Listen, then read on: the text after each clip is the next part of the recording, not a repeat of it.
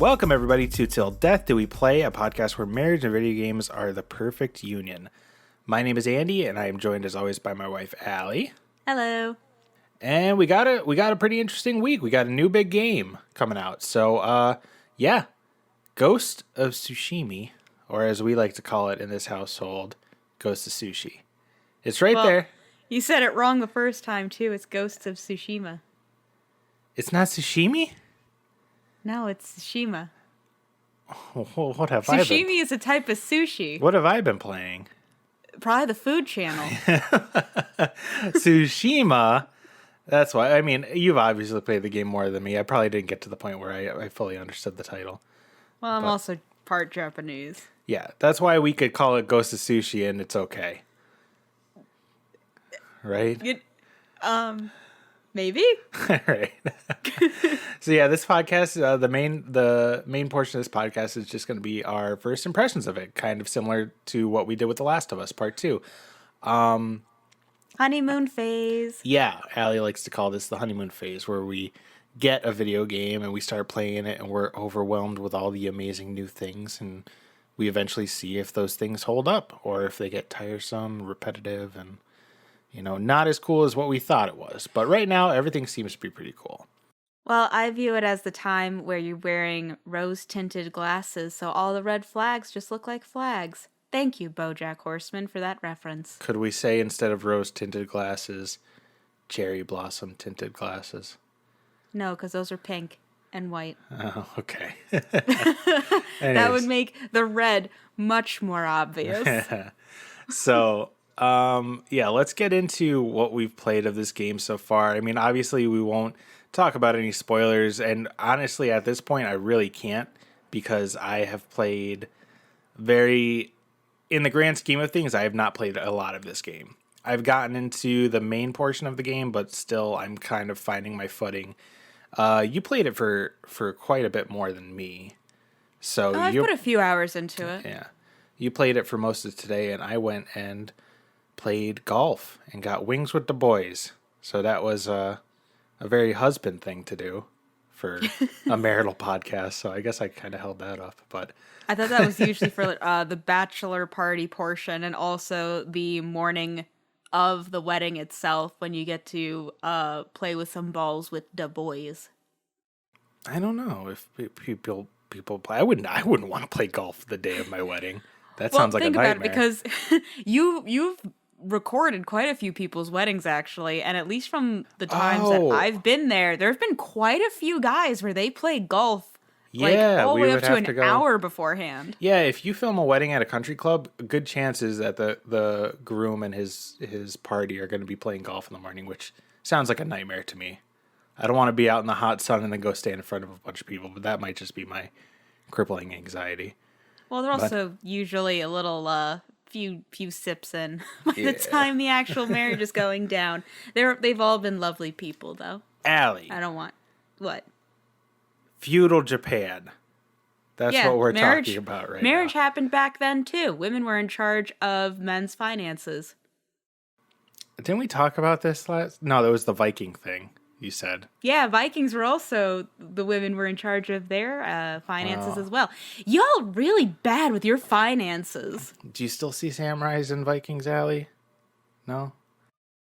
Vikings are making a comeback. I believe a few months to a year ago, there was actually the first, true blue official Viking ceremony that had occurred in the last 600, 800 years, something like that. It was a long time, because you need to have a priest who did a really specific bunch of rituals. It's a process. Yeah.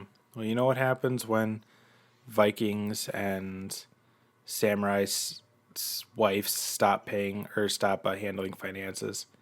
Usually they die. I was gonna say your husband buys over 100 amiibo, but or there's a divorce, because both samurai and Vikings believed in divorces. Well, or divorce. I think the correct word is just they believed in divorce.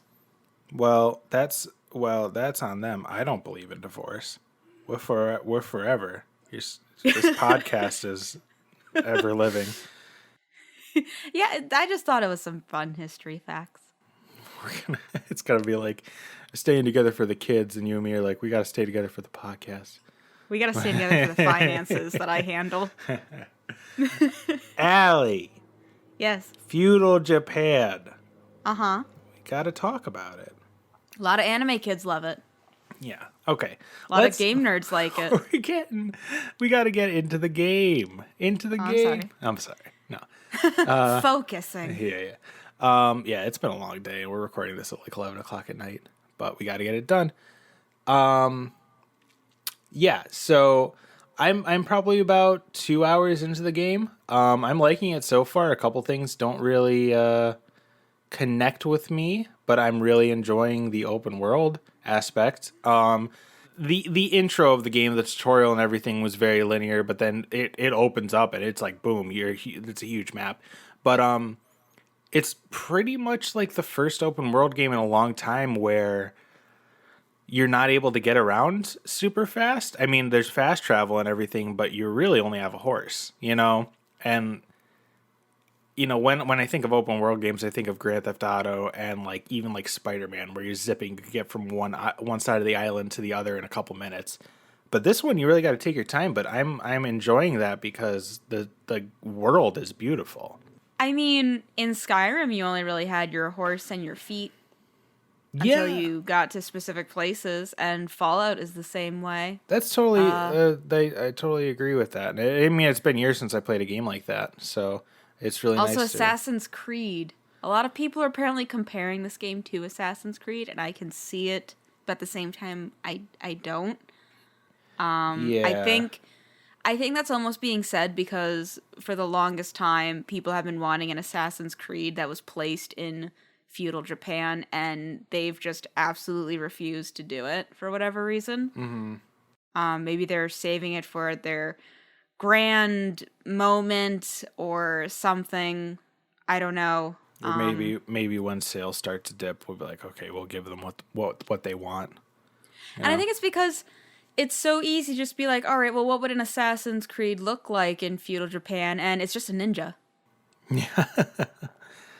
Well, it's true, though, you know? Like, maybe that honestly is the reason for why they're not doing it, because they know what they've created in all the other areas except for Odyssey and Origins, Egypt and Greece. It's just been assassins in the Western societies. Yeah. And working in a fashion or in a time period where you wouldn't typically see a ninja, but that's really all they are. Yeah, but I don't know. I think Assassin's Creed is more than just the character, you know. I feel like they could do a lot of interesting things with that time period.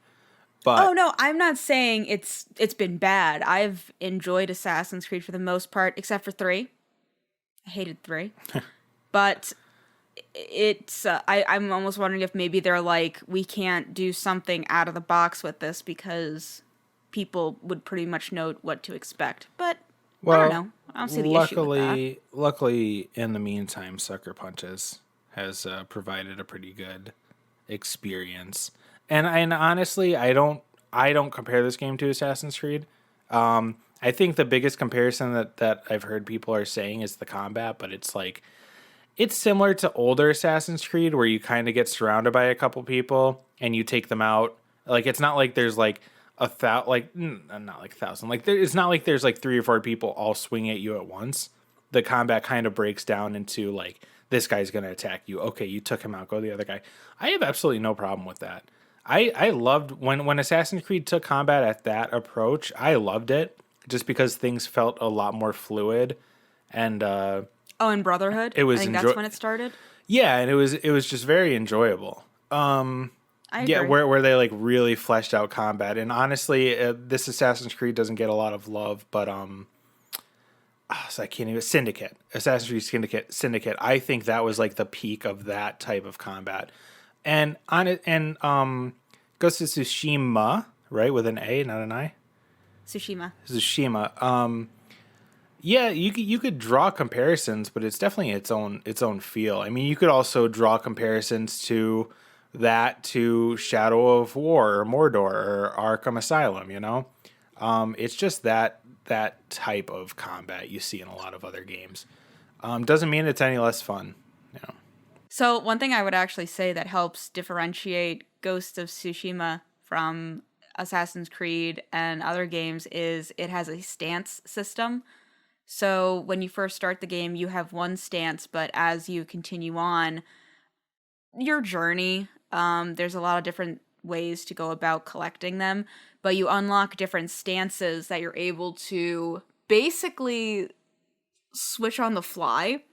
And that makes combat very interesting because you can be using a stance that would be great for a person wielding a shield. You take that person down. Now you have someone with an axe, and you can click a button, and time will slow down for you to press another button to switch your stances to one that would go well against a person wielding an axe. Oh, nice. So, yeah, you have different stances that you can switch to, and there are different button combinations. So, I mean, I guess if you don't like button combinations for combat, it doesn't work. But I mean, at the same time, that's what else is combat, you know? My Like, experience with it so far is I didn't get to the point where I have a second stance, but I have seen, like, I've been fully introduced to combat and the ability system. Like, it has a skill tree where you can unlock new things, and it seems like the combat will get to the point where everything seems fluid, but there's still a lot of more complexities that you could do to make it more fun and interesting and deal with a lot of more situations. So as time progresses in the game, I could definitely see it being like a different experience. so something that I would say just to give like a better idea because I don't want people to think it's super insanely complex, but it's also not just here's your heavy, here's your light attacks. You do have a heavy attack. You do have a light attack.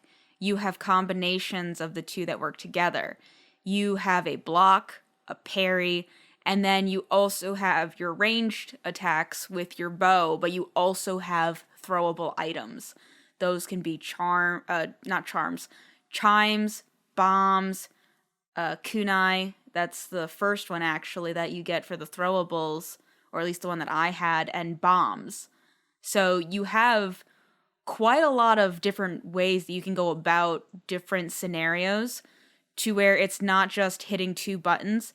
The majority of that can be hitting two buttons, but even amongst those two, you have the different stances, and each one can do something different depending on if you do a long hold in with your triangle followed by three quick taps, or the triangle then the square. Like it's very much a game that, for me, combat works. It has a very fluid motion around it, and you do require some thought at times, depending on the difficulty that you're playing on and the opponent that you're up against, as to how you're going to go about combat. Yeah. I would like to clear up because this happened to me and I've seen a lot of other people ask this question is I mean, I see a game that's based in feudal Japan, you're a swordsman and everything like that. The first thing that popped to my mind was Sekiro. And Sekiro is a game that I played for a couple days and I sold. And I don't sell games. I just could not get it. It's a Souls game. It's like a Souls-like game. The combat is extremely difficult. The game itself is extremely hard. And when I saw Ghost of Tsushima, I my mind just associated it with that level of difficulty, and it's definitely not that. The combat is, No. yeah, it's the combat is intricate, like like you described it, but it's nowhere near as punishing as the other game. Like it's definitely a game that you could walk through and enjoy the combat and not get frustrated with. So one thing that I know other people have said about Sekiro when it comes to the game is, in comparison with Dark Souls games, In Dark Souls, you are still able to pick your weapons and pick how you're going to go about combat. If you want to be very defensive heavy, if you want to focus more on your offense, if you want to use magic. With Sekiro, it had a very specific way that it wanted to be played. And if that wasn't your play style, then you would have a very hard time getting into it. Mm-hmm. With Ghosts of Tsushima, you have so many different ways to go about something, and it lets you do this. When it comes down to it, like, there is a difficulty in the combat when you first are learning it, but you can very easily pick it up. There are quick time events, such as when you're doing a standoff where your character will challenge a group of enemies before they've officially noticed you. He basically announces his presence and says, "Send me your greatest fighter or your best warrior." And so they'll go to attack you, and you have to hold the triangle button, and you have to let go of it just before they would strike him, and it's an automatic kill. I think that system is really, really cool because, like, when you look at it from, like, a samurai standpoint, you're basically, like, holding the tension of the blade, and, like, you're just holding your composure, and then all you have to do is just let go of one button, and he just, like, unleashes on them. I think it's just such a cool thing. And it's not like it comes up and it says, "Let go now." It's you actually have to look for the person, like, when they attack you, you have to wait for the opening. Yeah, you have to really watch them. Yeah. And later on, they'll start to try to fake you out. Oh, really? Yeah, Cool. so you'll have some where they'll kind of lunge with your weapon, and if you let go, yeah, they win it. And I think depending on the difficulty, you're down. Because the one thing, the game is not as hard as Sekiro, but the developers wanted it to feel like it's a blade. You know, that's what a sword is. It's designed to kill people. They don't want you to have to swing it a whole bunch of times in order to kill someone. Some enemies will go down in 1 or 2 shots, and so can you. It reminds me of this awesome game that was on the Xbox 360. It was based on the History Channel show Deadliest Warrior. It was a fighting game, but it was realistic with their weapons. Like, someone could die, like, based on the scenario, someone could die in one hit. And the premise to the show is, like, they take one type of warrior who would never come in contact with another type of warrior, and they would run 1,000 tests and see what would win, and then they would show the battle at the end. But yeah, some of the tests were like, yeah, if a samurai dodges right when the Viking swings left or whatever, I don't know, like, his head will come off. And then it's like, you know, if you're playing the game and you're fighting with someone, it's not like you're gradually beating their health bar down. If they make the wrong step, you could just kill them in one hit. And that's definitely the vibe that I'm getting from this, and I like it. I like that, like, you know, enemies clearly don't have health bars. If there's an opening on an enemy, you're gonna slice them up and move on to the next guy. Oh, they have health bars, but oh, I thought that they just had stamina bars for, like, breaking. They kind of have both. Okay. From what I've noticed, but they're not, like, constantly visible over their head. Okay. Gotcha. So once you break their stamina bar, if they're low on health, you'll see, like, a tiny bit where it's red. So you'll know they'll probably go down in one more hit. They did a really good job of making the katana that your character wields. His name's Jin, by the way, Jin Sakai, Lord Sakai. His katana feels like a dangerous weapon, and it's a katana, so that's pretty obvious that it should, but the game does, like I said, they do a very good job of making you feel like you have a weapon that is designed to kill people, not just keep on whacking them with a stick and eventually they'll die from bludgeoning. Yeah. Since we're moving away from that whole comparison to Sekiro, I just want to say that I love that you pronounce it correctly. You go Sekiro. I can't even say it. You go, like, Sekiro. And I'm just over here with my ignorant, you know, Pennsylvania accent. Sekiro. So when you're playing Sekiro. So it's not a ignorance thing. The one thing to keep in mind when it comes to Japanese pronunciations is Americans have a tendency to pronunciate every single letter that they see because that is viewed as proper English. Whereas in Japan, it's okay to have things flow. It's a very flowing kind of Yeah. language. So, sekiro, Yeah. sakai.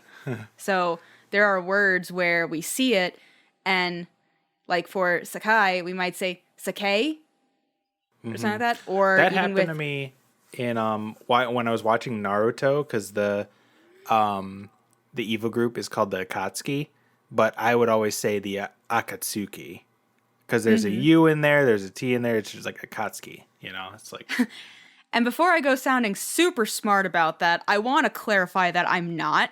It's just something that, because I've tried to learn Japanese, because once again, I'm part Japanese, and it was something that I was very interested in learning. And the one thing that I saw for why you can usually tell, a Japanese person can almost always tell when someone is American besides from their looks, because their pronunciation is very much, if there's a letter there, I have to pronounce it. yeah. And that really baffles them sometimes. Yeah. So this was just things that I've seen in comments. So if I am wrong, and there is a person who, you know, has studied languages and is going to call me out on that, you're more than welcome to. I'm no expert. I just like sharing knowledge that I find. Yeah. But yeah, I don't know. Should we just go over the basic of like how, like, the layout of the game and like what's driving Jin to do everything that he's doing? Or should we keep it just to like gameplay and stuff? Well, so I would actually say like the basic premise within the first hour of the game is you are one of 80 samurai who belong to this island called Tsushima, and you are protecting your home from the invading Mongols. And you go into battle and you lose real bad. Yeah. Lose a couple times. The intro is pretty crazy. You wanted to tell me about it because you were playing before me, and I told you not to, because I wanted to. It was pretty funny because like you were playing it, and I was like, oh yeah, this is like, you know, I wasn't as hyped about that for this game as I was for The Last of Us, and I definitely didn't want anything for that game to be spoiled. But I could watch you play it now before I play it myself, and I'm fine. You were like, oh cool. Well, by the way, this happened in the intro, and I was like, actually, hold on, no, don't tell me. I don't want to spoil. As soon as I got excited about something, I was like, oh, I can tell you about this. Awesome. You go, no, never mind. But yeah, there gets to a point where it's not linear like The Last of Us. So I could definitely come into the room while you're playing it and just kind of watch what you're doing in the open world and not really have anything spoiled for me. So that's really nice, especially because this seems like it's going to be a much longer game than The Last of Us was. I don't know if it will be longer, but there's definitely more to explore and collect. Yeah, I think people were clocking it at like 50 hours though. Oh, geez. Yeah, so The Last of Us took me just shy of 30 hours to finish. Yeah, that sounds about right. Yeah. But yeah, basically, you lose the fight. The invading Mongol, it turns out to be just the grandson of Genghis Khan. And they take over your town. You somehow survive. Your wounds are bandaged up. So you try to go. The Khan actually takes your uncle, who is the general of the samurai. He takes him hostage. So the intro to this game, the prologue, is basically you trying to go and rescue your uncle, but that doesn't work out, which leads into the actual open world of the game of you trying to formulate a plan to get your uncle back, and I guess that's just actually just the first part of the game, because what took me by surprise was everything that was going on. Like, there's all these cutscenes. You basically see this guy who appears to be the main villain, and the game starts and it comes up and says Act 1, rescue your uncle. His name escapes me right now, but Lord Shimura. Shimura. Okay. Yeah. So yeah, that's like Act 1 is like rescue Shimura. And so I'm excited to like see what happens in the game after that point. So it's pretty cool. It's like you're going around right now and trying to formulate a small little army to take on these Mongols. But yeah, other than that, I've gotten to the open world aspect, and I found like 3 or 4 places. I've done some mountain scaling to look at shrines. I sat down by a lake and wrote a haiku. That was a pretty interesting thing.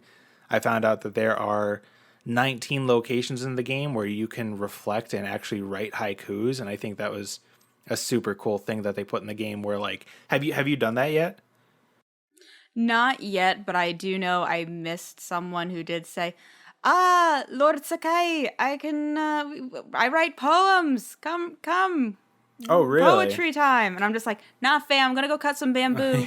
So I haven't ran into that guy yet, but like I literally found there was a question mark on my map and I went to it and it was just like this little island and I was like, why isn't this popping up? But then it turned out to be the location was a little rock on the island, and you would go to it and sit down, and the game goes in first person view, and it gives you like three things that are out in your vicinity. For me, I was on an island, so it was like the lake, the trees, and the sky, and whatever you picked had a different line of a haiku, and then it would give you a different scene, similar because you're in the same area. So you would pick something else. You'd pick something with 7 syllables, then another one with 5 syllables, and you would write your own haiku. And they give you a piece of, for me, it was a headband, but the headband, whenever I go to my headband in my inventory, it has my haiku saved.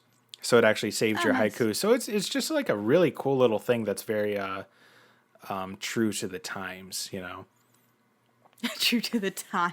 Yeah, I mean, I think it's so cool. Like we look at haikus and we're like, you know, I mean, I'm not a poetry writer, and I'm sure people like I know people write haikus and everything like that, but like back in feudal Japan, like warriors and samurais would like sit down and write haikus as a form of meditation. I just think that's really cool that they put that in the game.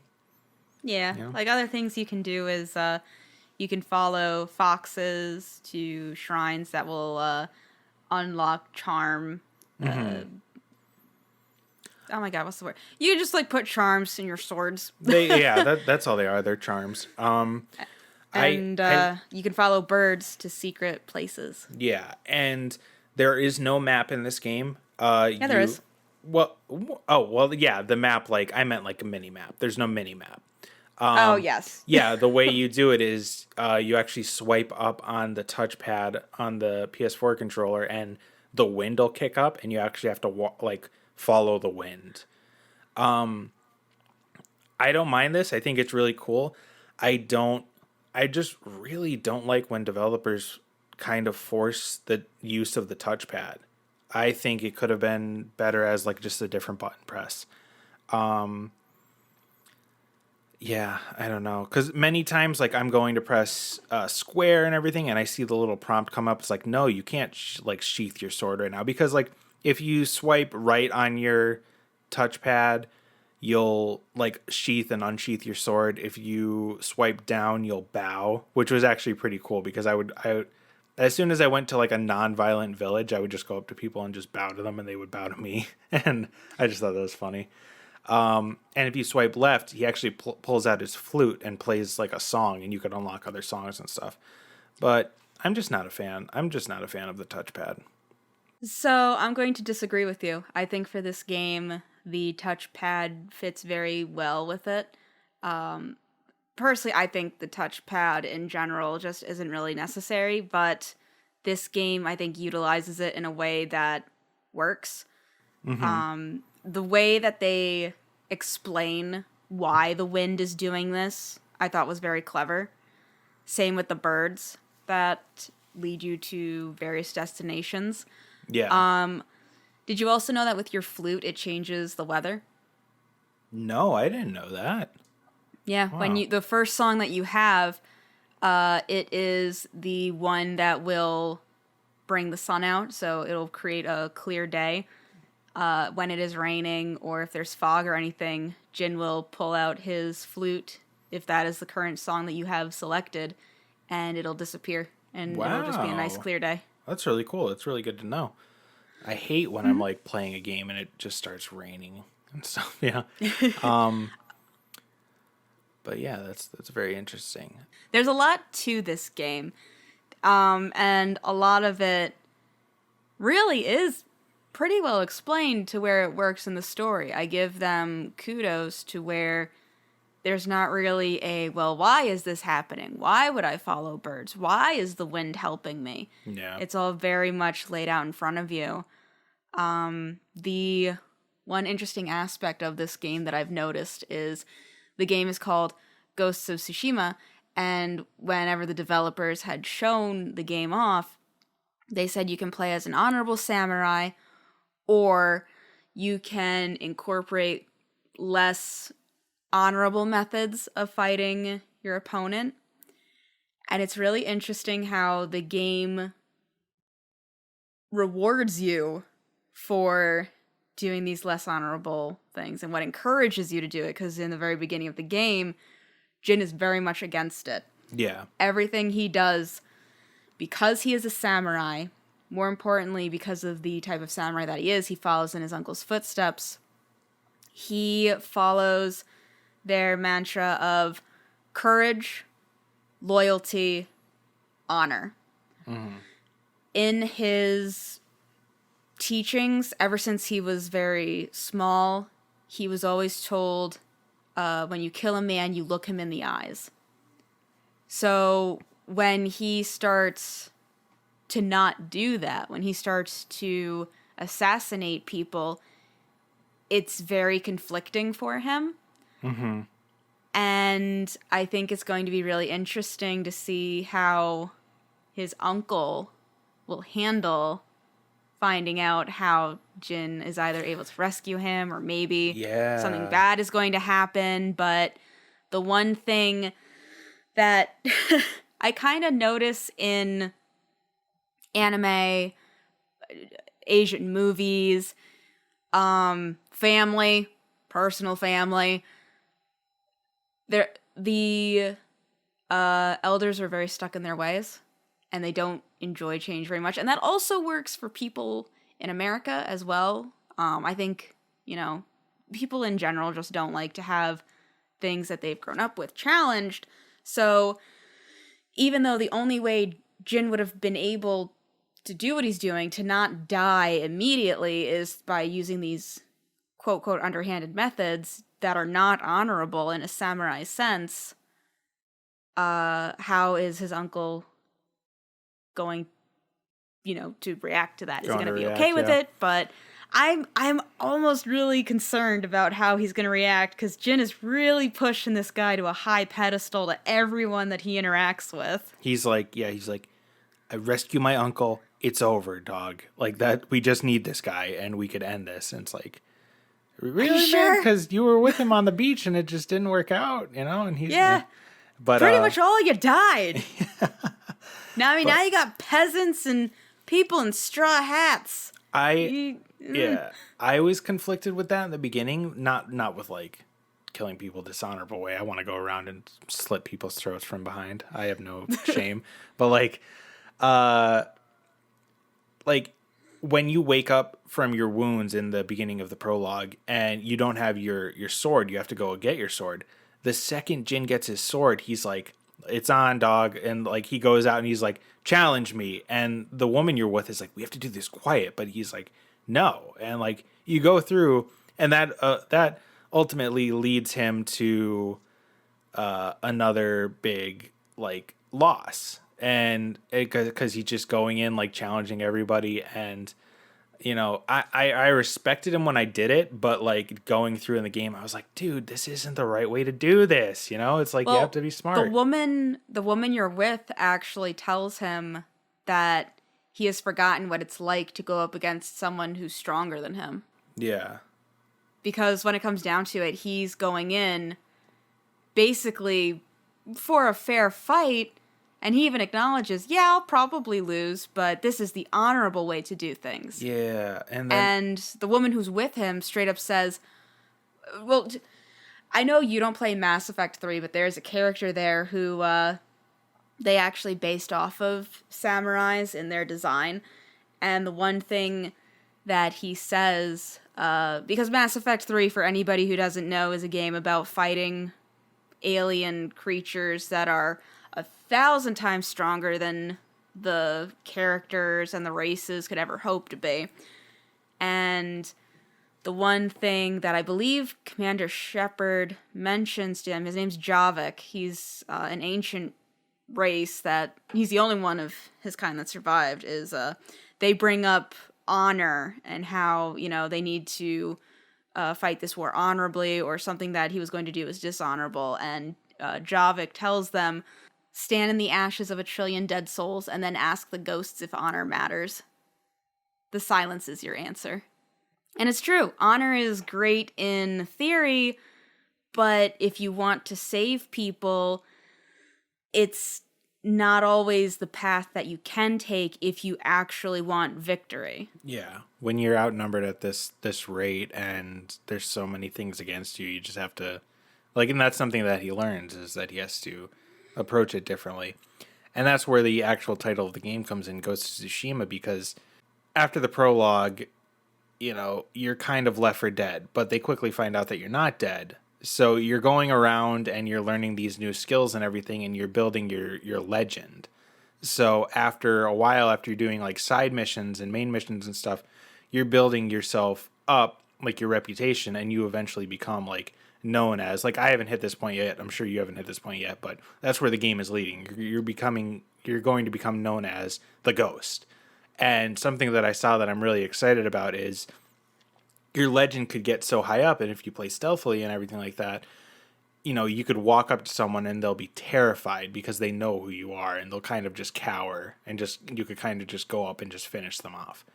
I just think that's a really, I had nothing to tie into what you said. That was just something that I wanted to say. I think that's really cool. But yeah, we've been talking about Ghost of Tsushima for a little under 40 minutes now. Is there anything else in your experience with it that you wanted to touch upon? I mean, like I've said multiple times already, you've played more than me. I've pretty much said everything that I've seen so far and my thoughts on it. One thing I will say, the only thing in this game that isn't like really hitting for me is the animations. And not like combat animations, because I think that's fine, but there's a lot of cutscenes. Like, there's a lot of like smaller cutscenes you could tell that aren't really story based when you come into contact with like a side character. And I don't know if it's just being spoiled after playing The Last of Us with their like facial animations and stuff, but everybody seems a little stiff, and there's like not a lot of emotion in their faces and things. I mean, it's not a deal breaker at all. I'm not playing a game and being like, wow, look at that. It certainly helps, but that's just one thing that's always kind of catching my eye, and not too into that. I agree with you in regards to the stiffness of their facial expressions, especially Jin. One thing, so it's I don't think it's done on purpose. I think it is a little bit clunky with the facial animations and everything, especially when it comes to the teeth, because the one thing that always freaks me out is when people try to make them look realistic, but they're very much not. I don't know how else to really to describe it. It's like an unnatural whiteness or an unnatural straightness where all the teeth look like they're the exact same size and shape, and that's not how teeth in real life actually work. You have your front teeth that are always slightly bigger. You have the two right next to it, and these are the two like front teeth on top, obviously. Yeah. And then you have your canines and everything, and you see a character in a video game and they're all just almost like perfect squares, and it's freaky. Yeah. It's super freaky because they're not supposed to look like that. Just it's looks super like unsettling. they all have dentures in that just like are Yeah, too big it for just their looks mouth. fake. It's not even like a dentures thing. It's that like that plastic feel. What's the word for that? Because I mentioned it previously. I don't know. When I accidentally said it was Silicon Valley. It's like, that's not... Uncanny Valley? That's what you said, Uncanny Valley, yeah. Where everything just seems like a little off. Yes, Yeah. it is uncanny. It has a very Uncanny Valley feel to it. Where they're trying to make it look realistic, and it just isn't making it, so it's super unsettling. But when it comes to like the emotional aspect of it, the one thing in Jin's favor is one thing that he is told is samurais must control their emotions. Mm-hmm. So it's not a valid excuse. It's, it's still not a deal breaker. You know, this is a game that was based to resemble a samurai movie. The one other thing I'd say is this game is only like 38 gigabytes, and there's an insane amount of floral detail in it. Yeah. Yeah. It's crazy. And there is apparently like their load times. The load times are insane. I'm lucky if I'm able to read the tip that they leave.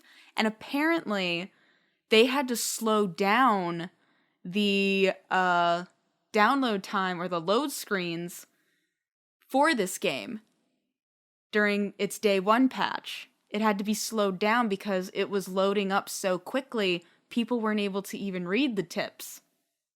Well, I mean, that's kind of a weird problem. Yeah, right? I mean, It's a very interesting thing considering most games have that issue where their load time takes forever and a day. This one they read had all the to tips. increase it. Yeah, Yeah. you start cycling through the tips again. Wow. What you mentioned, how they're, it's made to feel like an old samurai movie. They nail that from what I've seen so far. There was this one scene on the bridge in the prologue, and it just cuts to a wide shot, and Jin is on one side and the Khan is on the other, and there's like this old school like music that's playing, and the mood is perfect. And I saw it when you were first playing it. I watched the cutscene, and I was like, man, that's awesome. And then I went and played it later on that night, and I just hit it, and I was like, that was such a cool shot. And not only that, they also have the filter, the Kurosawa filter, which is based off of Akira Kurosawa. He's like a legendary Japanese filmmaker. And it basically puts it in all Japanese dialogue, a black and white filter and everything. And it's such a cool option to have. It really does at times when the scenes and the animations work. It does absolutely feel like you're playing through an older movie. It's very, very cool.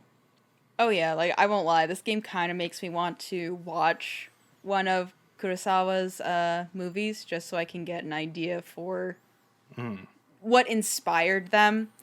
I'm pretty positive the elements that they're utilizing from his movies are going to be really obvious, but that just kind of makes me want to watch it more. Yeah.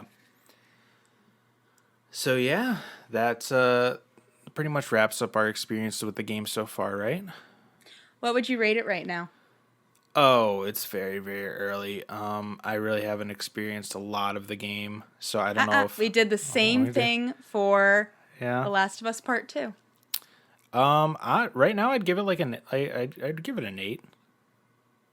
I mean, literally nothing bad except for some shoddy animations has dropped out of shot out at me. I enjoy the combat. I don't see any kind of problem with that. I think the world is beautiful. It's just been fun to play so far, and I'm really looking forward to dedicating a lot more time to it during the week. I'm gonna play it when we're done recording. 'Tis fair, 'tis fair. And what about you? You're definitely in a better position to give it a numerical value. Right now, I am leaning between an 8.5 and a 9. I agree in regards to the animations. I also think that it is beautiful, and I'm really enjoying combat, and even stealth is pretty fun. Yeah. The one thing that a lot of open world games have an issue with is there's a lot in them, so it's very easy to know that you have to go from point A to point B. But there's this little fox, and it's so cute. Oh, and now there's this blue legendary thing, so I'm going to get something cool over there. Well, now I found a shrine. Well, now I have to cut this bamboo. What was I doing again? Mm-hmm. Yeah. And then when you get to that point where it's like story time, I forget the significance of it. So okay. it's very hard for me to focus on the story, especially when right now the story is basically we have to save Uncle. Yeah, we have to save Uncle. From the Khan!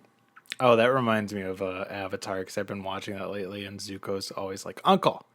But I just finished it last week, Yeah. Apparently all of my coworkers are watching it too, and It's a very it's good huge on series. Netflix. Yeah, but I thoroughly recommend it. but yeah, I'm looking forward to playing more of it, and we'd like to do a spoiler cast. I'm really not sure when that would be because we tried that with The Last of Us. We didn't try it. We did it with The Last of Us, but man, that week between our first impressions and our spoiler cast, that was tough. Like I blasted through that game.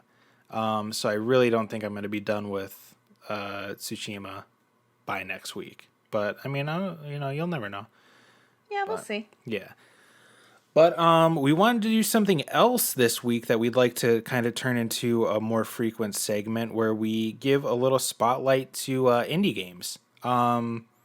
This will probably evolve more towards newer indie games, but I played one in particular, and I was just going to keep it for the segment that we do at the end where we just talk about other games that we're playing. But I mean, I was talking Ali's ear off all week about this game. It's called The Messenger and it's available on Xbox Game Pass, and I know that it's available on PlayStation, Nintendo Switch, and Steam. But it came out a couple years ago, and I always wanted to check it out, but now it was free, and I was like, you know what? I'll try it. And I was glued to it. It's a 2D platformer. It's 8-bit, so it kind of feels like you're playing an NES game. It's just it has such smooth controls and great flow between levels. There's some interesting puzzles. About halfway through the game, there's a little twist. Nothing spoilery, but you jump back and forth between different graphics. So it shows 8-bit graphics and also shows 16-bit graphics. And you kind of use that to solve puzzles in the second half of the game. It was developed by Sabotage, and it was published by Devolver Digital. And Devolver Digital is just like, they hit games out of the park. Like, they know what games to publish. They know what people like playing. I had a great time playing this. I highly recommend if you guys like 2D platformers in the vein of like Ninja Gaiden, slightly like Castlevania. Check it out. It's also very funny and self-aware. Like I laughed multiple times playing this game. They'll just drop a line that's just like they know that they're a game. They're like, "Man, that was awesome. It's pretty much worth a second playthrough, wouldn't you say?" And it's just like, yeah, like they know it's a game. Everybody kind of talks like you play as a ninja, keeping in theme with Tsushima. He's a samurai. Yeah, you got me. You got me there, Ali. So it's like, you're basically a ninja. You're part of this clan, but you're like kind of the weakest ninja in the clan. They don't really explain that much, but you kind of get a sense for it. This curse sweeps your land, and your whole clan is wiped out. But a guy comes and hands you a scroll, and he says, "This is your duty to deliver this scroll. You're now the messenger." And it leads on, this huge journey. You're only referred to as the messenger. And, playing this game, I didn't know anything about it going into it. And I thought it was just going to be very, like, serious and formal. But it's like, no, it's like when you interact with other people, the messenger, the ninja that you play as, he's just like a down-to-earth guy. He's like, confused about a lot of stuff. And he's, like, questioning people. He's like, well, why would you do that? That kind of sounds stupid to me. And things like that. It plays more into the humor of the game. But yeah, that was pretty interesting. But where can people actually play the game? I said already, it's on Game Pass. God dang! Is it also on PC? What's up? Where's I said it already, Allie. I'm sorry. That was a little. Get the divorce papers. That was a little mean. I'm sorry. No, when I started saying this, I said it came out on Game Pass, but it's also available on PlayStation, Switch eShop, and Steam. Yeah. I'll have my lawyer contact yours. Oh my god. I said it already. You tuned out because you didn't play the messenger. What? Free DLC also. It's pretty funny. there's like this hub that you could go into the game. It's like a shop where you get all your upgrades and stuff. And there's this little magic orb in the shop, and if you talk to the shopkeeper about it, the ninja's like, "What's this orb?" And he's like, "Oh, that leads to a different land that's full of tropical islands, and it's you later find out it's like a parallel dimension." And then he's like, "But you gotta buy it," or he's like, "But you gotta get it in the store. Don't worry, it's free." And like then the game kicks you over to the Microsoft store, and you could download the free DLC. Which actually, I beat this game yesterday, and I wanted to play through the DLC before I even touched Tsushima. So it had that much of a hold on me, where I had a brand new game that I wanted to play, but I was just so hooked on the Messenger that I had to at least complete the DLC to play a little more of it. Well, okay then. That's my little indie spotlight. Andy's indie spotlight. I work in progress for the name, but yeah, highly recommend it. Yeah. Any questions about the Messenger, Alley? Because I just talked a lot about it. Not really. Yeah, I just kind of started rolling. Okay, fantastic. So you're too busy contacting the lawyer over there because I snapped at you. Greg will be communicating with you I this Wednesday. hate Greg. He's always on my back about something. Yeah. Good old Greg. Oh my God. All right, we'll go into our other weekly segment that doesn't have a name. What are you playing? What else are you playing? Let's see. I started playing Disco Elysium. Really? You have Elysium. that? I heard that game was very good. It's definitely interesting. I spent the first 10 minutes having my guy go, "I don't know what my name is. I don't know where I live. What's this? Where are we? What's a police officer? I'm a police officer? Are you sure?" What's a police officer? Yeah, it's like he asks questions where the people look at him and kind of worry about his intelligence level, to put it nicely. Because you play as a grown man, and he's just asking all of these questions where even a drunk, I don't think, would be this bad. But it's definitely interesting. I heard a little bit about that game, and isn't it based on like isn't like every basically decision that you make in the game or choice like based on basically a die roll? Yep. That's very cool. Mm-hmm. It's I wouldn't say it's like D&D, but it utilizes a die very similar to it in other games, so it's close enough for me to get my fix. Nice. Is that it? Anything else? Yeah, everything else, nothing that was really worth mentioning, I would say, for the most part. The Messenger took up most of my week, but late last week or early this week, I fully completed SpongeBob. So I'm very happy about that. I played it as a kid, and I'm finally happy that I'm able to say that I fully completed the game. It turned into a little grind, but it was fun. It was a very nice nostalgia trip. I still, whenever I played it, was just reminded of Jak and Daxter, and then, well, even before Jak and Daxter, I was reminded of Banjo-Kazooie, and it just made me want to play Banjo-Kazooie really bad. It's definitely more Banjo than Jak, yeah. Yeah. I loved Banjo-Kazooie, and I think that's kind of the effect that, these remasters from games that are 10, 20 years old are kind of bringing out in people and why they're selling so well, because, hey, SpongeBob SquarePants ranked number 19 in the top 20 releases for best-selling games. Well, not releases, but just top 20 best-selling games for June. Yeah, this will be a fun thing to end on. We Allie pulled this up right before the podcast. We have, like she just said, the top 20 best-selling games of June. But there's a couple outliers on here. And when you look at them, it makes sense, but it's just kind of shocking to see where they were at last month. So obviously, rank number 1 is The Last of Us Part 2. It was a huge game for June. Going down to rank 7, we have Ring Fit Adventure, because Nintendo just decided to start restocking that. And now, just take a guess. Just take a guess. as to what it was last month, what its ranking was. Do you want me to take a guess? Because I'm looking at the number right here. No, not you. Okay. I want the people listening. I already know you know, Andrew. Hey. All right, you want only Greg. you Only see? Greg. Only Greg calls me Andrew. You wanna know what it was ranked last week or last month? 835. Yeah, because freaking Nintendo did not restock it at all. I've been looking since we've been in lockdown. I've been looking for this game, and it's been selling out like crazy. It would only be in stock for like 10 minutes, if that. We finally got our hands on 2 copies like a couple weeks ago. So now Allie has a copy and I have a copy. And yeah, it's sold enough in this, and it's still like not fully in stock. It's just being restocked more frequently for it to get up to number 7. It's nuts.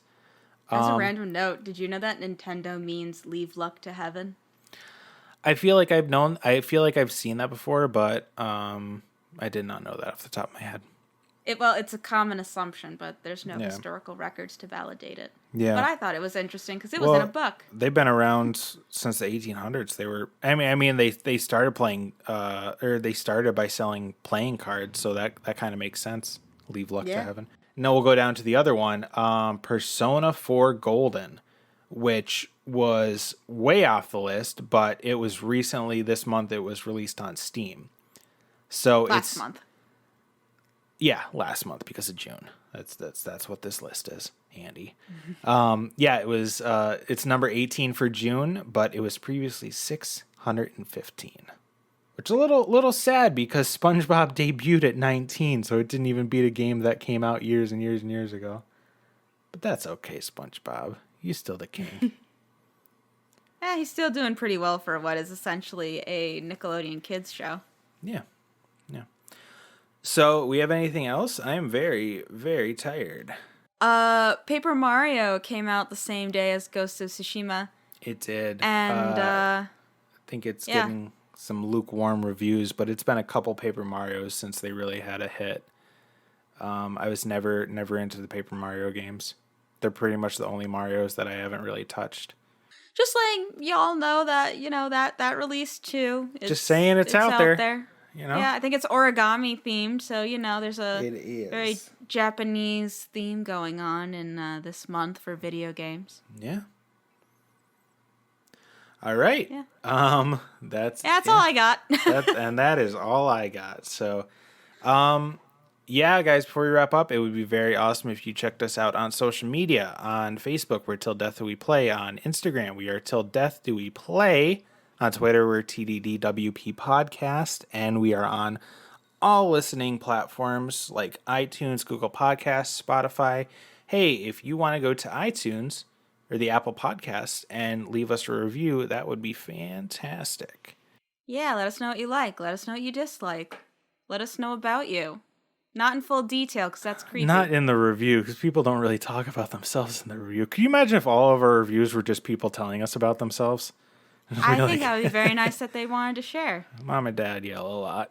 I go. Oh. So no, I'm sorry. Yeah. All right, guys. We will see you next week, but pretty easy. I guess we could already say what we're going to be covering next week. This Thursday is Microsoft's press briefing, their replacement for E3 being canceled this year. So we're definitely going to be talking about all the announcements from that. Hopefully we'll have a price for the Xbox Series X and a release date. Probably even a price for the PS5, because my prediction is that they're going to release their price right after the Xbox does. But yeah, looking forward to that. Allie, any parting words? Don't confuse your Tsushima with your sashimi. One of them will result in you being a governor. The other one is a nice roll. That is a callback. That's what we call a callback, and that is the key to comedy. So thank you for that, Allie. I'm funny, damn it. Bye, everyone. Bye.